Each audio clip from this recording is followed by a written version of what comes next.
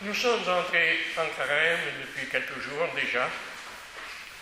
Et bien sûr, aujourd'hui encore, nous sommes venus à la rencontre de notre Maître et Seigneur.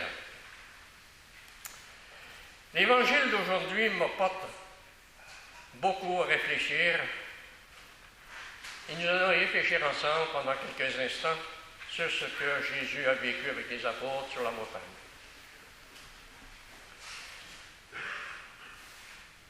Il est monté avec Pierre, Jacques et Jean.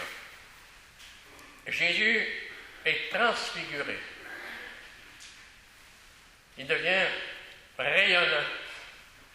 Et même ses vêtements deviennent blancs, plus blancs que neige, une blancheur inconnue. Et voilà aussi, il s'entretient avec les grands prophètes de l'Ancien Testament, Moïse et Élie.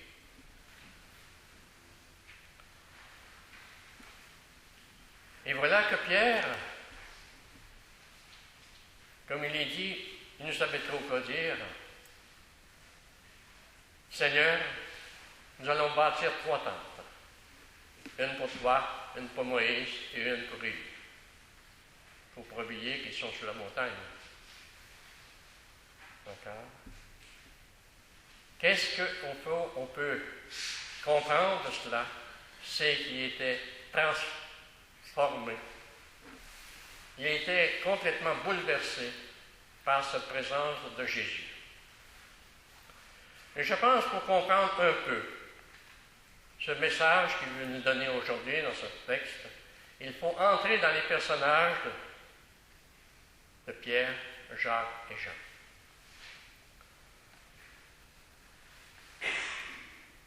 Pierre est devenu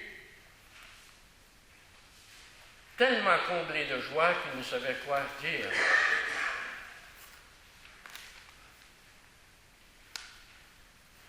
Et bien sûr, ils doivent, avec Jésus, redescendre la montagne. Et en descendant, Jésus leur dit, ne parlez à personne de ce que vous avez vécu. Nous allons réfléchir un peu sur cette attitude de Pierre, Jacques et Jean. Le fait, quelle est leur atmosphère intérieure de ce qu'ils ont vécu. On pourrait dire qu'ils sont un peu devenus fous. Ils viennent de rencontrer l'amour. Ils viennent de rencontrer l'amour qui se donne. Ils viennent de rencontrer Jésus, Fils de Dieu qui est amour. Vous avez certainement rencontré des gens aujourd'hui, gens qui entrent en amour, qu'ils sont rayonnants de paix et de joie. Ça rayonne dans leur visage, dans leur comportement.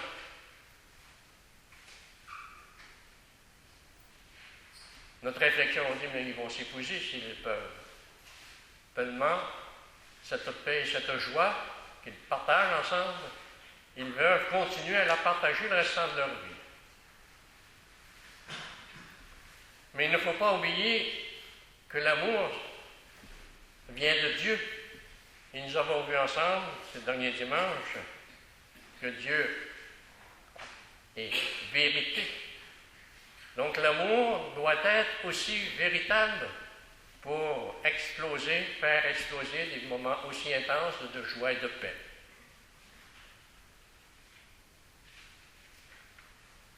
Nous venons rencontrer Jésus. Nous avons cette capacité d'ouvrir notre cœur à cette présence de Jésus et de laisser ouvrir notre cœur à cette présence qui éclate aussi de joie et de paix. J'ai rencontré plusieurs personnes dans ma vie qui ont fait cette expérience-là d'une façon aussi intense que les apôtres l'ont vécu. À ce moment-là, il faut qu'ils soient prudents, il faut qu'il y ait aussi quelqu'un pour les guider, parce qu'ils voudraient tellement que tout le monde alentour d'eux autres vive la même chose, mais ils ne peuvent pas vivre la même chose avant d'avoir rencontré Jésus.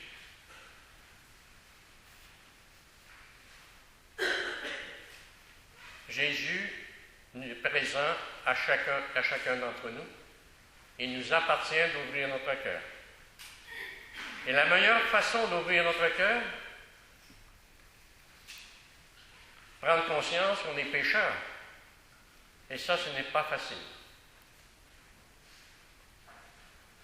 Ce n'est pas facile parce que ce que l'on fait, je l'ai dit l'autre jour, on le rend bon avant de le faire.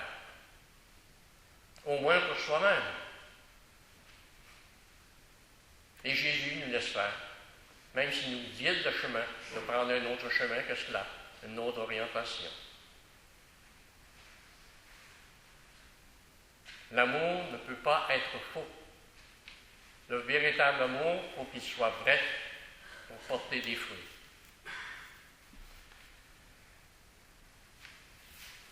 On peut réfléchir, bien sûr, sur ce comportement des gens, ou notre comportement.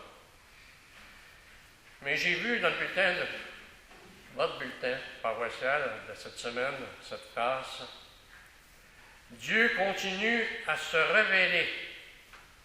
Il faut être attentif aux moyens qu'il utilise aujourd'hui pour se révéler à chacun et chacune de nous. Tant et aussi longtemps qu'un croyant n'a pas fait l'expérience de la présence de Jésus dans sa vie, c'est difficile de persévérer dans la foi. Au cours de cette semaine, soyons attentifs aux moindres signes que Jésus donnera de sa présence pour nous aider à persévérer et à grandir dans la foi. Voici l'heure de la révélation. Ne la manquons pas. Bon carême, c'est signé Maurice Aurel, votre curé. Prenons quelques instants pour y réfléchir encore.